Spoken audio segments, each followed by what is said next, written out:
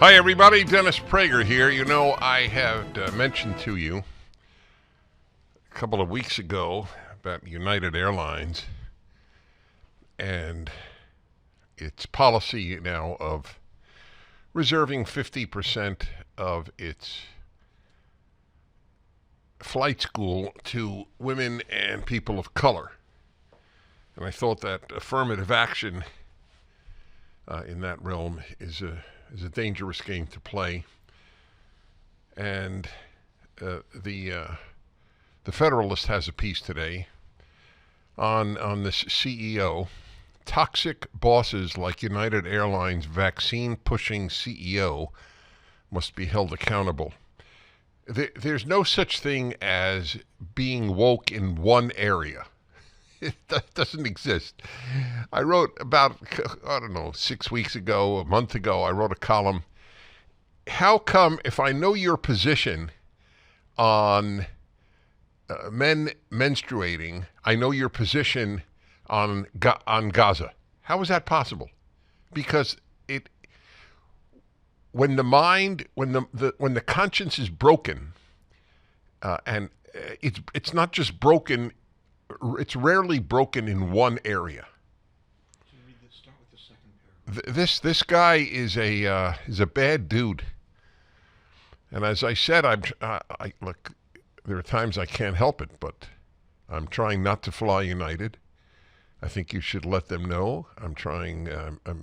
I've minimized my use of the United Visa card, which eventually I'll just get rid of. United CEO Scott Kirby displayed a hostile attitude toward any employee who did not comply with his orders to get the COVID vaccine. By September 2021, all, quote, reasonably accommodated, unquote, pilots, flight attendants, and customer-facing employees who declined the injection were stripped of their pay and their medical insurance. In other words, he's a bad human being. How bad people get to positions means that there's something rotten in the culture of United Airlines. You don't hire such a bad human being if you have a good group. So you must let United know that Scott Kirby you're not going to fly Kirby Airlines any longer.